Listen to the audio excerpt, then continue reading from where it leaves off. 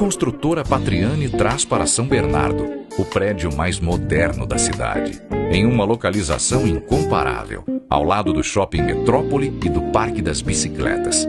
Apartamentos amplos com 3 suítes, varanda gourmet, depósito privativo e 2 ou 3 vagas grandes na garagem, sendo uma vaga americana. E ainda um ponto de recarga para carro elétrico por apartamento. Um projeto exclusivo para quem quer viver com o máximo de conforto e sofisticação. A área de lazer é completa. Beach tênis, casa de campo e piscina aquecida são apenas alguns exemplos. Tem ainda espaço coworking, pet place, espaço Uber, delivery room e muito mais. Um prédio altamente tecnológico, que tem até fazenda de energia solar instalada no topo dos edifícios. Espetáculo Patriani em São Bernardo. Diferente de tudo que você já viu.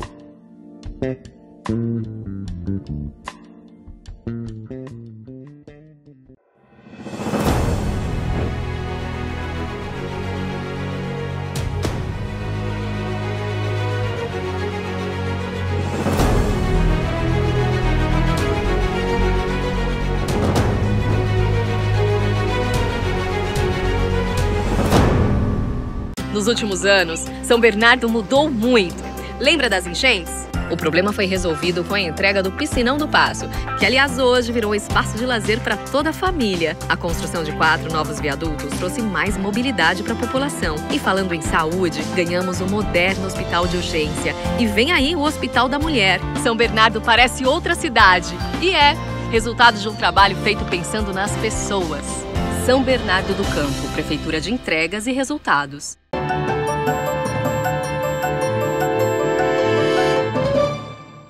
Muito bem, amigos telespectadores, amigas telespectadoras, caros internautas que nos acompanham também pelas redes sociais. Hoje eu tenho a satisfação de conversar com essa garota, uma menina ainda aqui, que eu conheci há algum tempo, algumas visitas dela a Santo André, na época em que a minha amiga Mara Gabrilli ainda era secretária em São Paulo, depois deputada federal, aí virou senadora, então, que é a senadora do ABC, né, como ela falava durante a campanha. E a Cláudia Carleto, que é minha colega, jornalista e formada pela grande Faculdade Casper Libero, lá da Avenida Paulista, com especialização na Escola de Comunicações e Artes da USP, foi secretária dos Direitos Humanos, até agora há pouco, abril deste ano, na Prefeitura de São Paulo. Enfim, se eu ficar falando o currículo dela, vai acabar a entrevista e eu não terminei ainda. Cláudia, muito obrigado por me conceder o prazer dessa entrevista. Eu que agradeço, meu querido, até pelo elogio, com certeza não mereço tudo isso, o currículo reflete um pouco do trabalhinho que eu fiz, mas que nem é tão grande assim. Um prazer estar com você e com todos que nos assistem aqui também. Legal. E eu pedi para fazer essa entrevista por vários motivos, mas um deles que me chama muito a atenção nos últimos tempos, até porque a gente vê essa movimentação em torno do número de moradores de rua que a gente tem em São Paulo. E eu sei da tua preocupação, do teu trabalho voltado para isso.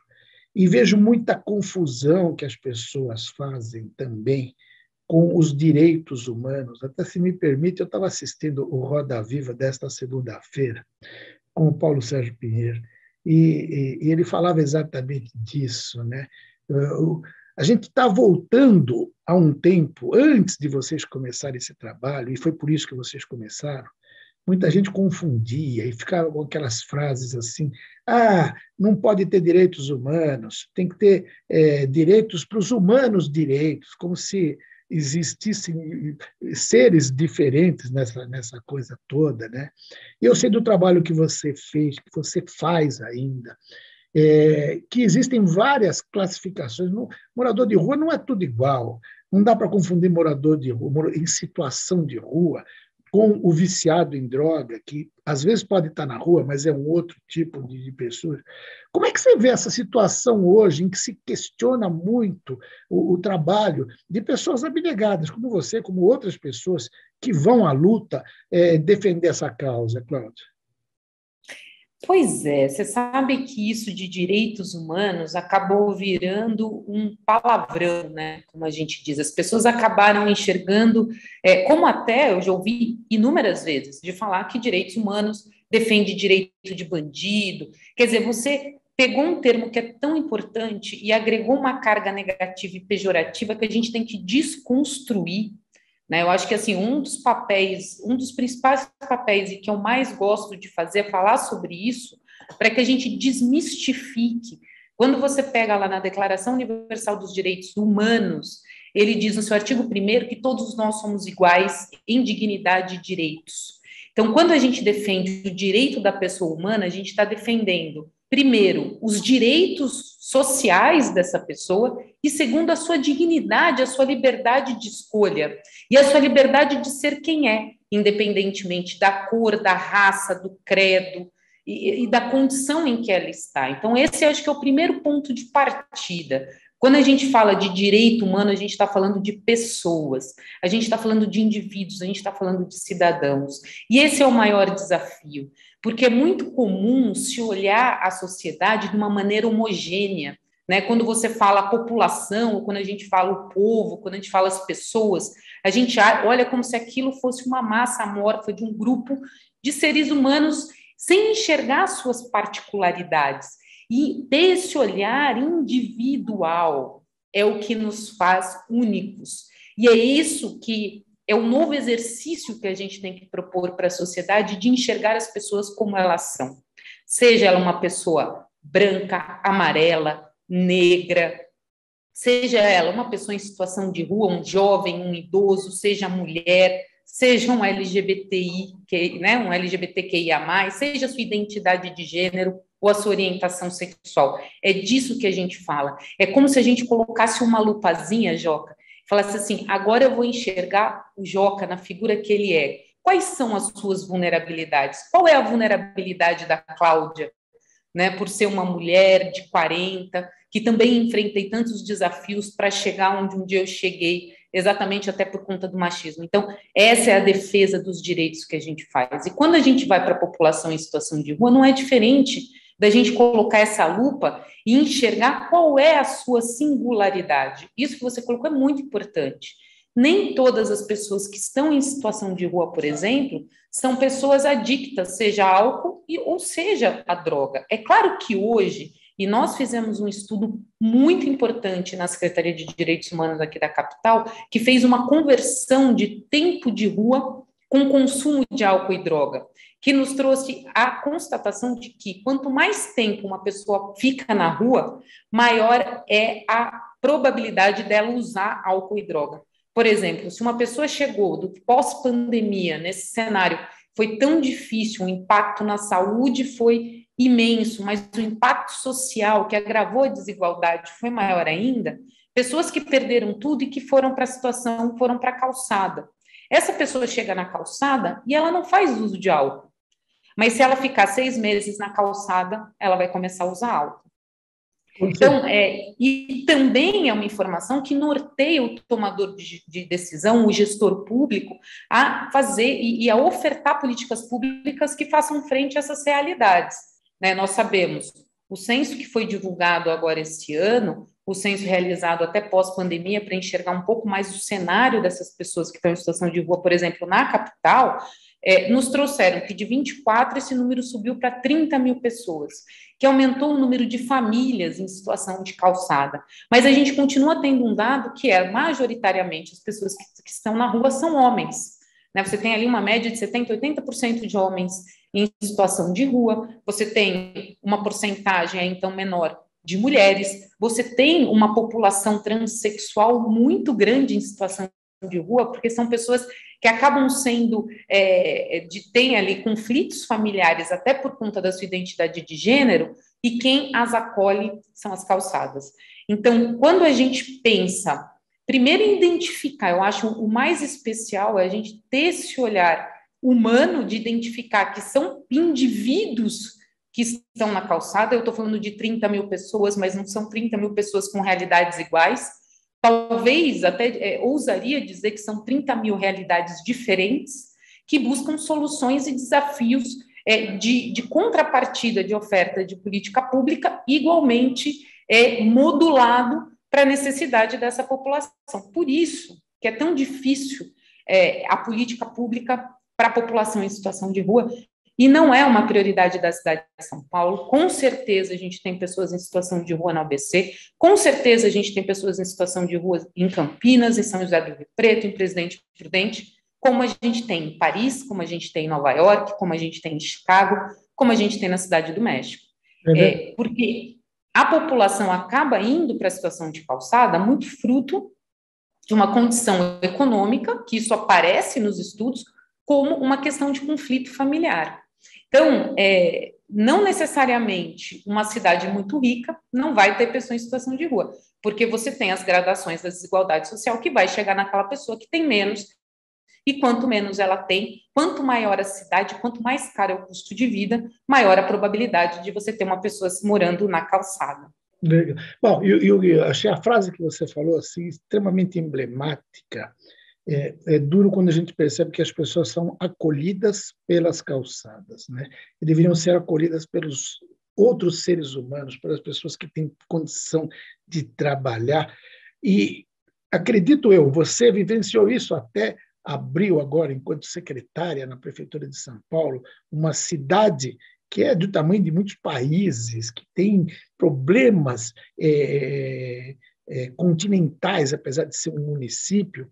E a dificuldade, porque eu acompanhei bem o trabalho que você fez, eu acompanhei o trabalho na gestão do prefeito Bruno Covas, do Ricardo Nunes, agora, e acho que a dificuldade maior é que, apesar de todo o empenho que vocês tiveram, vocês tinham uma força contrária, porque enquanto a cidade e o Estado lutavam por uma política pública voltada para esse atendimento, a gente tinha na esfera federal, por exemplo, o pessoal fazendo um jogo contra, quer dizer, um contrapeso pesado. Nesse ponto, acho que muito do que foi feito acabou sendo regredido em função dessas fake news que se faz, dessas desinformações. Foi muito difícil trabalhar com esse contrapeso que é forte do outro lado. Foi. E eu acho que o pior é o discurso do ódio, Joca. O pior é o discurso do ódio, porque a gente acaba vendo pessoas muito vulneráveis, pessoas em situação absolutamente degradante, assim, devastante, sendo tratada com ódio pelas pessoas. Eu conversava muito, vou dar um exemplo para você, com o subprefeito da Sé, porque ele vinha, né, com a questão, nossa, tem muita pessoa, a maior concentração de pessoas em situação de rua está na região central. E ele me dizia, eu sou muito pressionado, porque as pessoas dizem que o centro da cidade está sujo, né, que tem sujeira no centro. Eu olhava e falava assim, nossa, prefeito, mas a gente vê, o trabalho de zeladoria de vocês é tão impecável. E ele falou assim, pois é, Cláudia, mas as pessoas às vezes olham e falam assim, olha, mas tem uma sujeira ali naquele canto. E ele olhava e o que tinha naquele canto era uma barraca com um pai, uma mãe e 3 filhos. Então, quando a nossa sociedade enxerga que uma pessoa numa situação de calçada é uma sujeira social, eu acho que isso prova que a gente falhou como sociedade, né? É claro, e não vou abster o dever do poder público em ofertar a porta de saída para essas pessoas, né? Aí seja acolhimento no sentido real, que é você tirar a pessoa em situação de calçada e levar ela para um teto, né? Nem que seja um teto temporário, mas depois você encaminhá-la para uma porta de saída, que é tanto a habitação quanto o mercado de trabalho, a geração de renda, e isso está sendo construído, isso é construído, existem essas portas de saída, mas também não é tão simples você tirar essa pessoa daquela condição, muitas vezes ela não aceita o acolhimento, você não tem como brigar, porque afinal a Constituição nos garante a liberdade, o direito de ir e vir, se eu quiser ficar ali, ele pode ficar, ele tem o direito constitucional de estar ali, mas cabe ao poder público a oferta dessa porta de saída. Sim. Mas o que muito depõe contra esse trabalho, eu acredito, que é o ódio, né? É um pouco a falta de amor e empatia para a pessoa que está numa situação que hoje nós podemos não estar, né? Nós estamos empregados, se você tem a sua casa, mas se amanhã acontece qualquer coisa, você tem um conflito familiar, você tem um desentendimento, você perde o seu emprego, você perde a sua motivação com a sua própria vida e você acaba indo parar nessa situação. Quer dizer, é a gente não olhar no futuro da gente amanhã, né? Não olhar para os nossos filhos, Joca, porque a situação de drogadição, que muitas vezes também leva a pessoa para a situação de rua, acontece em quantos lares brasileiros? Então, eu digo assim, para além do desmonte das políticas públicas sociais que a gente viu acontecer nesse governo, e isso é um fato, né, o quanto que o Ministério da Família deixou de investir nas suas políticas sociais, seja nas políticas públicas para as mulheres, né, seja nas políticas públicas de diversas ordens, mas eu acho que o que mais impactou, no meu ver, é esse discurso de ódio. Verdade. Né? As pessoas querendo se armar... Pior quando esse discurso de ódio vira tema de campanha política, né? Vira palavra de ordem. Isso aí é algo que realmente assusta, preocupa. Mas, sabe, eu fiquei muito contente porque, deixo bem claro para as pessoas sempre, nós estamos gravando essa entrevista, 31 de maio, são 12h15, né? Então, lógico, a entrevista vai ficar nas redes sociais, vai ficar no ar, então as pessoas podem ver depois, mas falou aquilo naquele dia, mas sabe que é o dia que a gente está falando. E nesta segunda-feira, 30 de maio, houve uma atividade no Senado Federal falando da necessidade de as mulheres irem para a luta política, se candidatarem, se colocar, porque apesar de tudo, como você mesmo disse, nós vivemos num país ainda extremamente machista, onde falta espaço, não porque as mulheres não queiram, não, porque muitos homens que detêm mandatos eletivos, eles têm medo de as mulheres chegarem no poder, porque a gente sabe da capacidade da mulher, a gente sabe da sensibilidade da mulher, e a gente sabe que a gente precisa cada vez mais de mulheres em postos de comando. E fiquei muito feliz em saber que você é pré-candidata a deputada federal, né? Isso. Pelo PSDB, e que você pretende levar para o nosso Congresso Nacional esses projetos de criação de políticas públicas, levar o debate em defesa da sociedade. Fala um pouquinho como é que pintou essa motivação para disputar uma cadeira na Câmara Federal e para representar não só as mulheres, porque eu até falei ontem num programa de televisão, num comentário, falei, eu tenho muito orgulho de todas as mulheres nas quais eu votei, seja para deputada, seja para senadora, e elas sempre me representaram e me representam muito bem. O que te levou a entrar nessa disputa, que eu sei que não é fácil, não? Não, muito pelo contrário, foi uma decisão para mim muito difícil, né? Porque eu já estava praticamente 3 anos à frente da Secretaria de Direitos Humanos e Cidadania, um trabalho que eu fiz com muito amor, assim, com muitos desafios, porque logo que eu assumi como secretária em 2019, finalzinho de 2019, em 2020 vem a pandemia, né, que tomou todo mundo assim de susto. Como a gente pensar política pública social dentro de um cenário de crise humanitária, e aí a pasta de direitos humanos e todo esse know-how de enxergar essa situação, eu acho que foi decisivo para a política pública da capital, participar de toda essa tomada de decisão, acompanhar o trabalho do Bruno, que o Bruno foi um exemplo para todos nós, né, assim, como gestor, mas acima de tudo como ser humano, de colocar até ali a sua situação, a sua doença, em segundo plano, para pensar nas pessoas e na cidade em primeiro lugar. Então, isso para mim ficou muito impresso na minha alma, sabe? Foi algo que eu vi de perto e que realmente vi que quando a gente quer, é possível fazer a transformação necessária. O Bruno me mostrou isso recentemente, mas, na verdade, eu aprendi isso com a Mara Gabrilli, né? A Mara, eu trabalho com ela desde 2005, e eu acho que ela é eu acho não, né? Ela é a minha grande inspiração na política, porque a Mara é uma mulher com deficiência, e não é uma deficiência leve ou uma deficiência moderada. A Mara tem uma grave deficiência, que é a tetraplegia, que ela não se mexe do pescoço para baixo. E dentro do cenário político que a gente vive num universo tão machista, ver a Mara quebrar essas barreiras, para mim, foi um exemplo fundamental. A Mara sempre teve uma palavra de ordem que é o que ela leva para a vida, né? Logo depois que ela sofreu um acidente, o médico olhou para ela e falou assim, olha, você tem 1% de chance de voltar a andar. Ela olhou, sorriu e falou, nossa, médico, nossa, doutor, que boa notícia. 1 é mais que 0. Então, nunca olhando para o que perdeu e sempre no que ela queria ganhar, é que a Mara trabalhou não só por ela, mas por todo o trabalho político e social que ela fez. Eu acho que isso me inspira muito, porque se a gente for pensar nas barreiras que são impostas, a gente acho que não sai de casa, né? A gente já é que nem a história dos 7 talentos, né? Da história dos 7 talentos, que Deus deu 7 talentos para 3 pessoas, né? 5 para um, 2 para outro, 1 para o outro. O que você vai fazer com o seu talento? Você vai esconder embaixo do travesseiro? Não, eu acho que a gente tem que colocar esse talento à disposição daquilo que a gente quer fazer.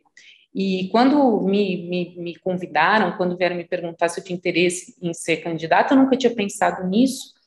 Eu fiquei um pouco receiosa, né? Falei, poxa, mas será? Eu estou fazendo um trabalho tão bacana aqui. Mas aí eu olhei para todas, sabe? Eu olhei para a Mara, olhei para o Bruno, falei assim, eu acho que a gente não pode se abster. Quando se abre uma porta, a gente tem que entrar. Tenho certeza que tem muita gente que gostaria também de concorrer a um cargo eletivo, de poder representar um número de pessoas. E por honra, todas essas pessoas, e em especial essas mulheres que também tanto têm um trabalho efetivo importante, mas que talvez não tiveram essa oportunidade, é que eu resolvi aceitar, porque eu acho que, para além de uma história individual, é um legado que a gente tem que honrar e defender. Então, me coloquei à disposição aí do partido e para me candidatar, sou pré-candidata, né? Para que a gente consiga fazer essa transformação social tão necessária no nosso mundo, e em especial agora que a gente vive numa era de extremos, eu acho que a gente tem que dar espaço para o bom senso, para o trabalho e para a defesa, né, de toda essa política social que é fundamental para o país.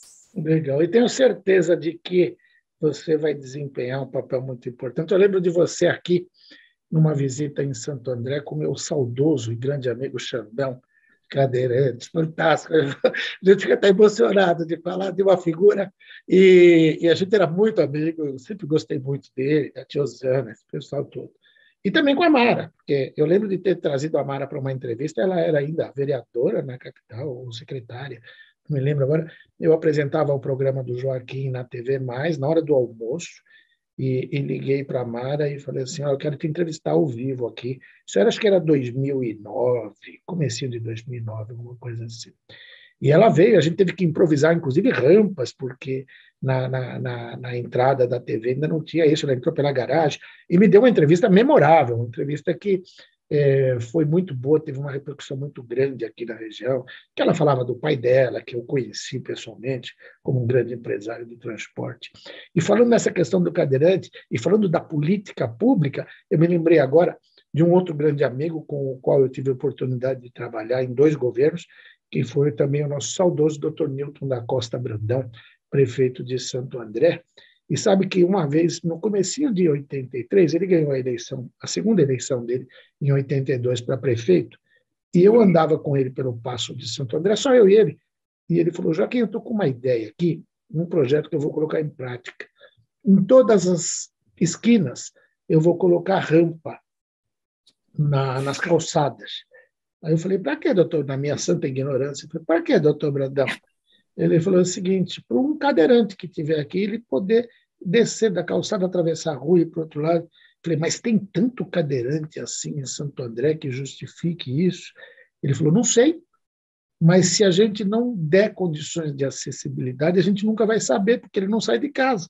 Então, eu não estou, se tiver um e eu atender a gente já vai estar fazendo um... Olha a visão dele, isso há 40 anos. Você não tinha nem nascido ainda, né, Cláudio?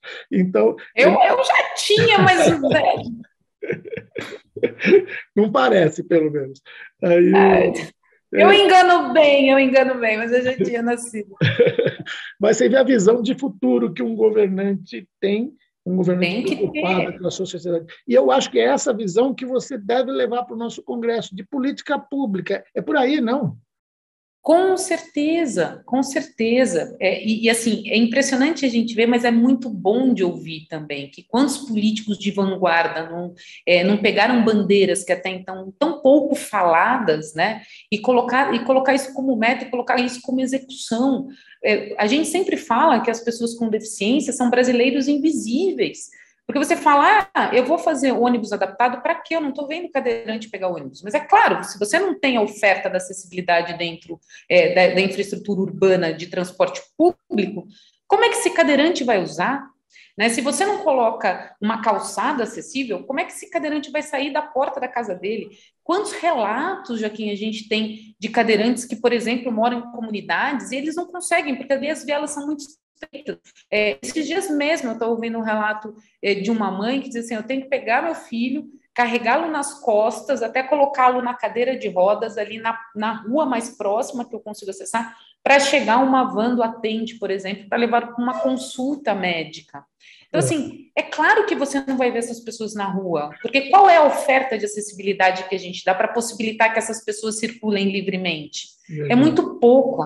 Então, quanto mais, tanto que a LBI, que é a Lei Brasileira de Inclusão, que a Mara foi a autora do texto final, relatora, ela reformulou lá o estatuto, que era o Estatuto da Pessoa com Deficiência, ficou mais de 10 anos parado no Congresso, e a Mara conseguiu tornar isso uma lei em 2015, a LBI, ela traz ali, eu acho que a principal mudança, que é a mudança do conceito, que a deficiência, ela não está na pessoa, né? A pessoa tem uma deficiência, mas maior vai ser a deficiência, quanto maior a dificuldade de interação social que essa pessoa tem. Se você oferta uma cidade com calçada acessível, com rampa nas esquinas, com ônibus adaptado, com acesso à audiodescrição para o cego, ou com tradução em língua de sinais para os surdos, se você cria uma amplitude arquitetônica e comunicacional, qual é a deficiência que essa pessoa vai ter? Percebe? Se ele acessa os produtos, os serviços, se ele vai ao serviço de saúde, se ele frequenta a escola, se ele vai à universidade, se ele consegue um emprego, qual é a deficiência que ele tem? Então, a mudança do termo e do conceito de deficiência tão colocado, veja, e aí acaba virando o que acaba tornando, de uma certa forma, a deficiência um preconceito, que é quando você individualiza e agrega isso a uma característica da pessoa. E a deficiência é uma característica da pessoa, mas isso não a impede de nada. O que a impede são as barreiras sociais e arquitetônicas. Então, se a gente derruba essa barreira, que é mais fácil de derrubar, a gente está dando para essa pessoa uma possibilidade de vida igualitária, equitária, né? Com respeito e com dignidade, né? E com dignidade e com direitos. Maravilha. Cláudia, eu ficaria aqui mais umas 2 horas conversando, porque a gente tem muito assunto para falar, o papo é muito bom. Infelizmente, o tempo de televisão é implacável. Se você tiver algo que queira dizer que eu não perguntei, fique à vontade. Eu acho que, assim, o trabalho social ele é tão amplo, Joaquim, tão amplo, que a gente poderia ainda falar de uma enormidade de outras coisas, como política para as mulheres, como política para migrantes e refugiados, falar de política para a nossa juventude, falar de crianças e adolescentes. O leque é amplo e o tempo Vamos ter que fazer outras entrevistas. Vamos ter que fazer outra, mas, assim, fico muito feliz, que eu acho que o princípio, o que a gente tem que falar, eu acho, em primeiro, quando a gente fala de direito e respeito ao ser humano, eu acho que tem uma outra palavra que vem muito junto, que é amor, né? Eu acho que a gente tem que exercitar o nosso amor ao próximo, exercitar o nosso respeito ao próximo, exercitar esse nosso olhar amplo e democrático para que a gente consiga dar nossa contribuição, nem que seja pequenininha, para um amanhã melhor para todo mundo. Eu acho que isso é o que mais me toca o coração.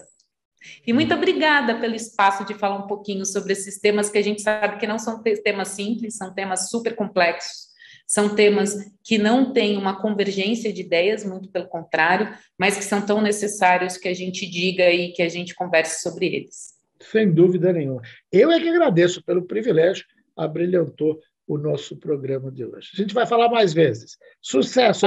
Teu sucesso. Muito obrigada. Para a nossa sociedade. Abraço, Cláudia. Até outra. Um abraço. Valeu. Tchau. Valeu. Tchau.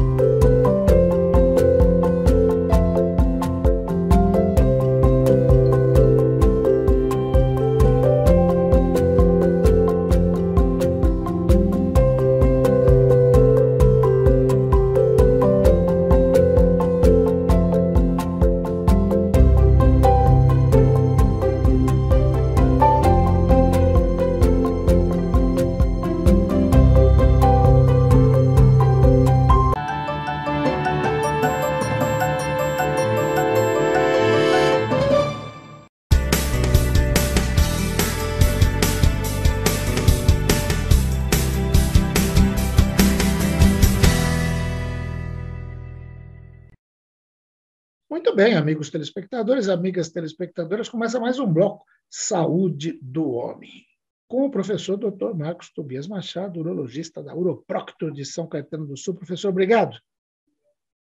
Prazer grande, Joaquim. Sempre bom estar com você. Professor, eu estava lendo aqui um trabalho que a Sociedade Brasileira de Urologia lançou uma campanha para estimular doação de órgão e desmistificar a falta de informação. Isso porque a taxa de transplante renal com doador vivo diminuiu 48% entre 2019 e 2021. Claro, tem muito a ver com a Covid. E com doador falecido diminuiu 21%. O que é que dá para a gente falar a respeito desses números que são preocupantes, né? Na verdade, a gente já sabe há muito tempo que a terapia renal substitutiva, que é o transplante, dá uma qualidade de vida e uma sobrevida muito maior para os indivíduos que têm insuficiência renal. Isso comparado com a diálise. O indivíduo estar em diálise, além de qualidade de vida muito ruim, ter que ir na máquina 3 vezes por semana, ficar preso àquela máquina para viver, além disso, o transplante renal dá uma qualidade de vida e uma sobrevida muito melhor para o indivíduo. Então, é óbvio que transplante renal deve ser estimulado. A questão do doador vivo é uma questão que está muito ligada ao altruísmo.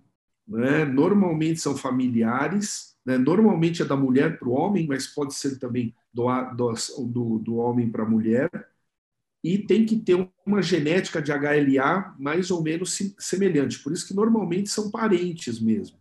Muitas vezes parente de primeiro grau ou marido para esposa, esposa para marido, porque existe um quimerismo interessante, né? Você casa com alguém, começa a ter atividade sexual, se relaciona com aquela pessoa e existe um quimerismo genético que permite que você, como se fosse uma pessoa só, né? A gente fala que quando casa vira uma pessoa só, né? Perante Deus, perante os homens, mais ou menos isso é realidade do ponto de vista genético também, do transplante. Eu vivenciei transplante mais de 10 anos no Dante Pazzanese no Albert Einstein, né? Tive essa honra de poder participar desse programa, que é um programa muito bonito, né? Do ponto de vista de recuperação das pessoas, né? Da esperança e da qualidade de vida. Mas, enfim, a gente já sabe disso há muito tempo. Agora, o que eu acho que aconteceu aí, eu não sei se foi um descuido, mas tem tudo a ver com a pandemia. A primeira coisa que aconteceu na pandemia foi assustar os indivíduos de alto risco. Então, o indivíduo com insuficiência renal não podia sair de casa, não podia, só ir para o hospital para fazer a diálise e voltar, etc. Então, e também os indivíduos normais. Então, isso foi uma coisa muito, muito intensa que aconteceu no início da pandemia. Isso persistiu por um ano, um pouco mais de um ano, até os momentos atuais. E outra coisa que passou a acontecer foi a retirar cirurgias eletivas, abolir. Não se faz mais cirurgias eletivas, só se faz urgências. Quando você abole a cirurgia eletiva, você tira o transplante. Praticamente você reduz os transplantes. Vai fazer um transplante de cadáver, eventualmente, mas doador vivo, você pegar um indivíduo vivo e implantar uma doença nele, letal, que era o que parecia ser ou poderia ser o Covid, seria uma coisa até antiética, tá certo? Então, no ponto de vista da bioética, até não seria correto. Tá salvando uma vida e está prejudicando a dele, está arriscando. Então, isso praticamente foi abolido. Do meu ponto de vista de leitura, foi isso que aconteceu nesses 2 anos. E é óbvio, para reativar, para dizer para as pessoas, olha, a gente está em condições agora, os hospitais estão em condições, tudo em condição, então precisa lançar campanhas mesmo. Está correto, mas eu não acho que vai ser difícil recuperar esses números. Sim. Tá? Então, doador de cadáver reduziu pouco, 20%, óbvio que ninguém quer redução, quer aumento, né? Eu acho que não vai ser difícil recuperar, e o doador vivo que reduziu muito foi por conta disso. Tenho certeza que foi por conta da pandemia, e eu acredito e tenho muita fé que com essas campanhas da Sociedade de Transplante, da Sociedade Brasileira de Urologia, que vai haver uma conscientização e um retorno à recuperação desses números que o Brasil sempre foi líder, né? Juntamente com os Estados Unidos e a Espanha, sempre foram países líderes em transplante. Em número de transplante, o Brasil, depois dos Estados Unidos, é o maior número. E a Espanha, pelo número de habitantes, pela lei que eles têm, que é uma lei contrária, né? O indivíduo só não é doador se ele não quiser doar. Ele tem que dizer que ele não é doador, né? Porque, caso contrário, ele é doador. E aí isso já é uma coisa cultural da Espanha, são líderes em transplante por conta dessa legislação que eles têm. Legal. E a doação é uma doação diferente, porque a gente está muito acostumado a falar, por exemplo, doação de sangue. Doação de sangue, qualquer cidadão que tenha as condições de saúde aí, não tenha determinado peso, idade, essa coisa toda, ele pode chegar e doar. Agora, a doação de rim não, ela é mais específica, né? Não é qualquer pessoa que pode, ou a pessoa pode se cadastrar para ser doadora. Como doador falecido, né? Doador falecido, qualquer pessoa. Agora, doador vivo tem legislação no Brasil, porque houveram abusos de transplantes não relacionados. Tá? Pode até você doar com HLA, o mesmo HLA, para indivíduo não parente, etc. Mas começou a haver muita comercialização de órgãos. Né? Tem uma história gravíssima, né, que aconteceu aqui no Vale do Paraíba, né, de um grupo que vendia órgãos e não se sabe de onde eram retirados esses órgãos e eram transplantados mediante pagamento, né, de doadores não relacionados. Então, a lei hoje, para doador não relacionado, é judicial. O juiz tem que permitir e tem que comprovar que é por causas altruísticas, que o indivíduo que está doando o órgão não está recebendo o dinheiro, não está tendo benefício econômico para poder fazer essa doação. Existe a possibilidade, eu participei de alguns transplantes com esta característica, mas que eram realmente feitos do ponto de vista judicial. Tá? Então, não é uma doação simples, assim, vou me cadastrar como doador de órgão e vou doar para alguém que está à distância, como medula óssea, tem um banco de medula óssea no mundo inteiro, etc. Não dá para fazer dessa maneira. Tá ótimo. Professor, tem algo que queira acrescentar que eu não perguntei? Fique à vontade. Tentar tocar as pessoas do ponto de vista da humanidade, né? Doar, né? Nem que seja doação de sangue mesmo, né? Doação de medula óssea é uma doação um pouco mais complexa, mas que pode salvar uma vida também. Né? Tudo que você puder fazer em prol do ser humano, né? Que seja altruístico, que não te prejudique, eu acho que é louvável. Então, essa campanha da Sociedade Brasileira de Urologia para Doação Renal acho que é extremamente importante. Maravilha. Professor, obrigado. Semana que vem tem mais Saúde do Homem. Até lá. Até mais. Um abraço. Até logo. O Dr. Marcos Tobias Machado, urologista da Uroproctor, falou com você.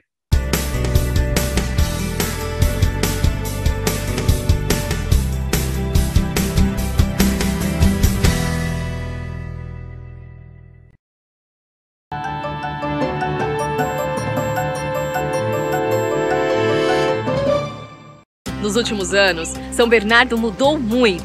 Lembra das enchentes? O problema foi resolvido com a entrega do Piscinão do Paço, que, aliás, hoje virou um espaço de lazer para toda a família. A construção de 4 novos viadutos trouxe mais mobilidade para a população. E falando em saúde, ganhamos um moderno hospital de urgência. E vem aí o Hospital da Mulher. São Bernardo parece outra cidade. E resultado de um trabalho feito pensando nas pessoas. São Bernardo do Campo, Prefeitura de Entregas e Resultados.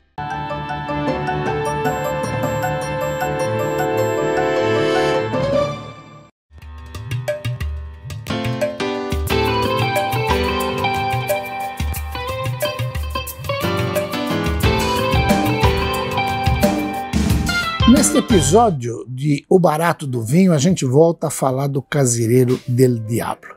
E por que a gente volta a falar? A gente já falou uma vez num dos episódios iniciais desta websérie, mas fez tanto sucesso que o pessoal pediu mais informações, até porque naquele programa eu não tinha colocado o preço dele, que é o que chama muito atenção. Olha o preço deste Casileiro del Diablo aqui, R$ 47,90, nesse vinho maravilhoso da vinícola Concha y Toro, uma das mais prestigiadas do Chile. E eu vou contar uma historinha aqui para vocês, porque o Casileiro del Diablo é uma linha de ótimos vinhos chilenos e que é um verdadeiro sucesso de vendas, não só aqui na Lima Bebidas não, mas dentro do Brasil todo e também em qualquer parte do mundo.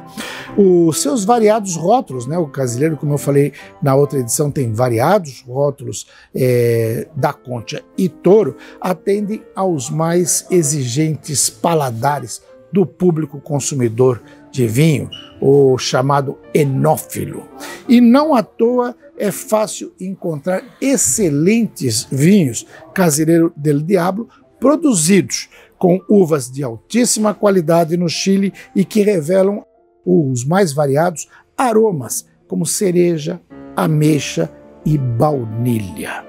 O pessoal costuma contar a história, eu contei um pouquinho da história do Casileiro del Diablo, mas ele é de uma gama de vinhos da vinícola Concha y Toro, e dentro da gama principal existem várias sublinhas. Casileiro del Diablo Reserva é atualmente composta por 12 vinhos, entre tintos, brancos e rosés, elaborados com uvas como Cabernet Sauvignon, Malbec, Carmener, Chardonnay e Viognier, oriundas das melhores regiões do Chile. O Casileiro del Diablo Reserva Privada, ele vem para atender o segmento de vinhos premium, ou seja, tem um vinho com um pouco mais de qualidade, enquanto o Casileiro del Diablo e o Viognier, eles têm um destaque especial do terroir. Agora, você tem outras linhas. A gente está falando aqui do Casileiro del Diablo Reserva, que é Cabernet Sauvignon, que eu falei nesse preço de R$ 47,90. Você pode pesquisar em qualquer site da internet, pode botar lá no site buscador Casileiro del Diablo Cabernet Sauvignon 2019, você não vai encontrar preço igual a esse. E passe aqui no Lima Bebidas, na Avenida Capitão Casa, 1156, em São Bernardo do Campo, que eu tenho certeza, você não vai se arrepender.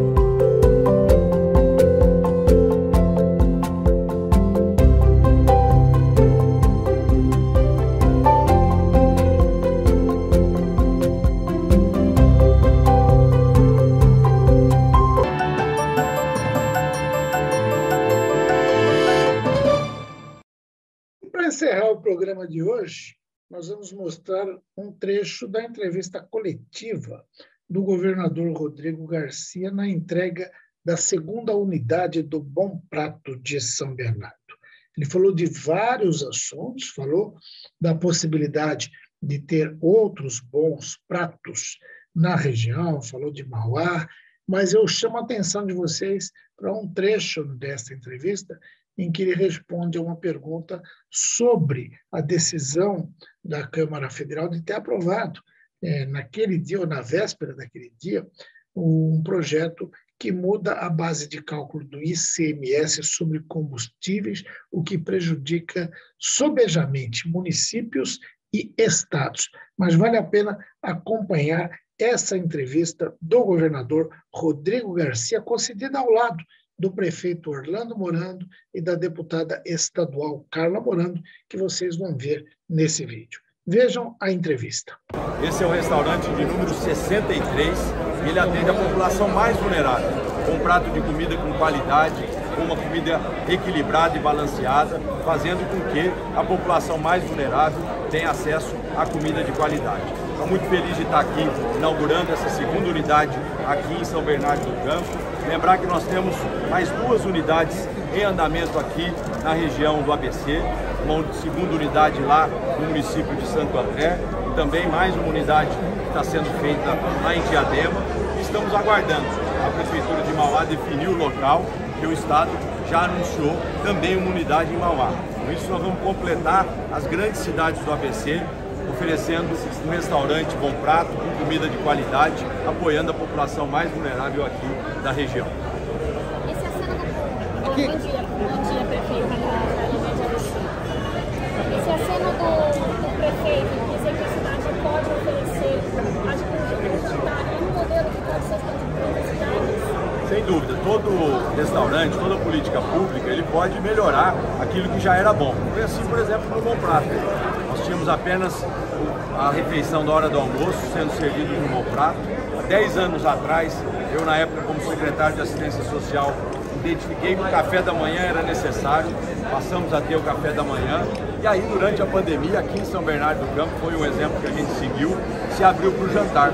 Hoje a gente já expandiu essa decisão aqui de São Bernardo para quase 80% das unidades de Bom Prato naqueles locais que demandam o jantar. Então isso sempre depende da demanda e naturalmente o prefeito aqui está disposto, o Orlando Morando, a também abrir para o jantar e se identificar que é uma demanda aqui dessa região. Então a política pública ela deve estar todos os dias sendo aperfeiçoada, a gente ouvir a população, ver as suas demandas e melhorar aquilo que já é bom, no caso aqui o nosso Bom Prato. Aqui, governador. Bom dia, senador. É o primeiro contrato que você inaugura na sua gestão. Eu queria saber qual que é a expectativa, principalmente vindo no momento de maior vulnerabilidade social devido à pandemia, e como vem funcionando essa parceria com a Prefeitura de São Bernardo do Campo. Estou feliz realmente de fazer a primeira inauguração do Bom Prato na condição de governador de São Paulo, fazendo aqui no ABC, o ABC que é o berço da indústria desse país, o berço da inovação, da tecnologia, mas que ainda tem desigualdades sociais a serem combatidas. E a construção desse segundo restaurante em São Bernardo tem muito a ver com isso. O esforço da Prefeitura, do Governo de São Paulo em diminuir essas desigualdades, em acolher as pessoas mais vulneráveis e dar um tratamento digno a quem vive aqui em São Bernardo e em toda a região. Então, é uma alegria fazer essa primeira entrega minha na condição de governador. Eu sei o impacto que é a inauguração de um restaurante Bom Prato no local onde ele é inaugurado. Eu não tenho dúvida que nós vamos ter pessoas mais felizes, sendo melhor alimentadas aqui nesse restaurante. Governador, bom dia. O senhor esteve aqui no dia 1º de abril para tratar da questão da estadualização do Hospital de Clínicas. Existe um avanço com relação à negociação com a Prefeitura? Sem dúvida, nós temos aqui várias ações em parceria com a Prefeitura de São Bernardo. Nós estamos finalizando agora a constituição do AME do Lucimotor, que vão funcionar naquele antigo prédio aqui de São Bernardo. Nós temos o avanço dessa análise de estadualização. Enquanto essas coisas não se tornam realidade, o Estado também está se colocando à disposição da Prefeitura no financiamento desses equipamentos de saúde. A gente sabe que São Bernardo não atende só a população da cidade, e o Estado tem sido parceiro da cidade para que a gente coloque recursos do Estado para ajudar o prefeito Orlando Morando a acolher a toda a população, mesmo aquela que não é de São Bernardo. Então nós estamos com esses estudos avançados e já temos no dia a dia, de maneira prática, apoiado com financiamento as iniciativas aqui da cidade. Governador, boa tarde. Guilherme da CBN. Duas dúvidas sobre dois assuntos, na verdade. Segurança pública. Ontem saíram os dados da Secretaria apontando o aumento de roubos e furtos no estado da capital. Como que o senhor avalia isso? A que o senhor atribui esse aumento? E qual a expectativa desses números voltarem a diminuir? A nossa vida, você quer, não precisa falar aí não, né? Tem uma outra pergunta que eu queria incluir. Eu posso fazer logo nessa coisa. Mas precisa falar no microfone para você ouvir ou você está ouvindo aqui? Ah, não, estou ouvindo. Quanto às estatísticas da segurança pública, a nossa vida está voltando ao normal, com a vacinação, com o fim da pandemia ou com a pandemia controlada, e naturalmente os indicadores de segurança estão voltando aos números de 2019, é o que a gente está percebendo. Por isso, nós lançamos a Operação Sufoco logo no começo de maio, e eu não tenho dúvida que a Operação Sufoco vai refletir já nos indicadores do mês de maio. Nós estamos prendendo um bandido a cada 12 minutos em São Paulo. Foram mais de 2.000 pessoas presas desde quando a Operação Sufoco foi lançada no dia 4 de maio, justamente para reprimir a questão do furto e roubo, dos crimes contra o patrimônio, que estão voltando aos patamares de 2019. Já reafirmei no lançamento da Operação Sufoco contra o crime, que o bandido que cometer crime em São Paulo vai ser preso. A polícia está agindo, está reforçando as suas blitz, está conseguindo desvendar crimes impressionantes de latrocínio que nos entristece. Todos os grandes latrocínios de São Paulo estão sendo esclarecidos e as pessoas estão sendo presas.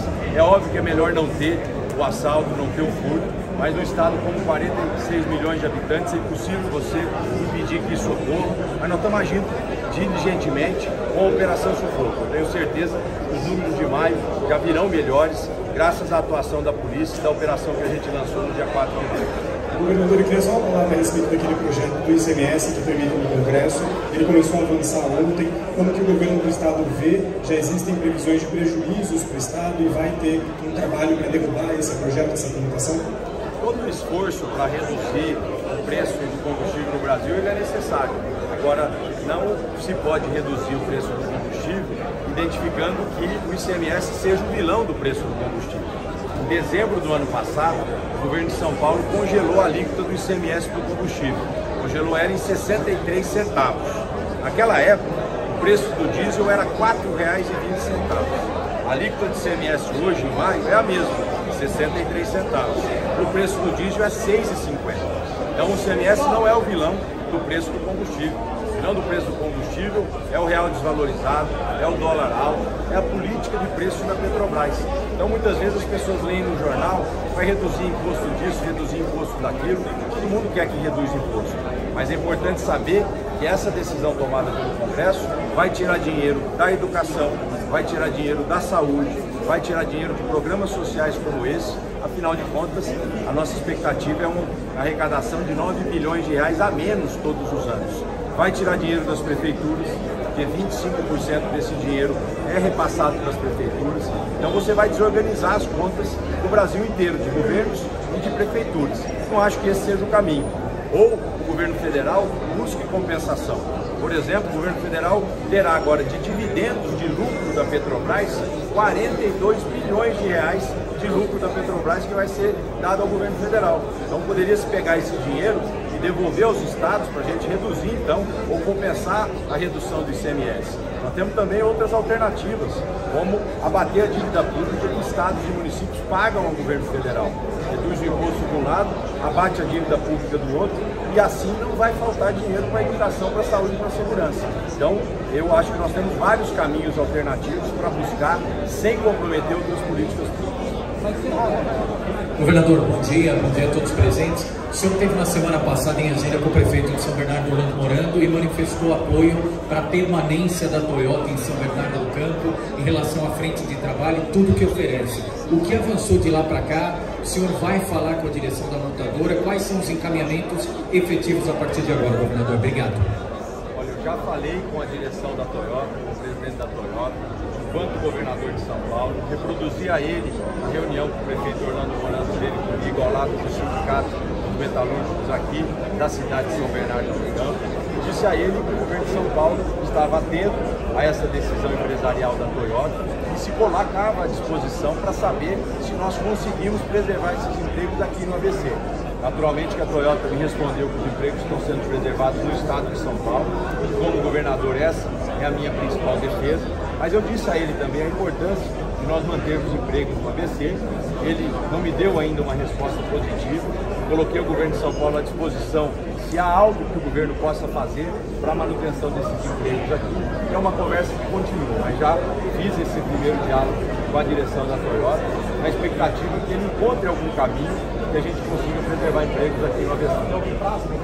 Olha, nós vamos cobrar todas as semanas, é uma decisão empresarial, decisão que o governo não pode interferir, mas coloquei o governo inteiramente à disposição, assim como a prefeitura já se fez. para que a gente consiga preservar empregos aqui no ABC.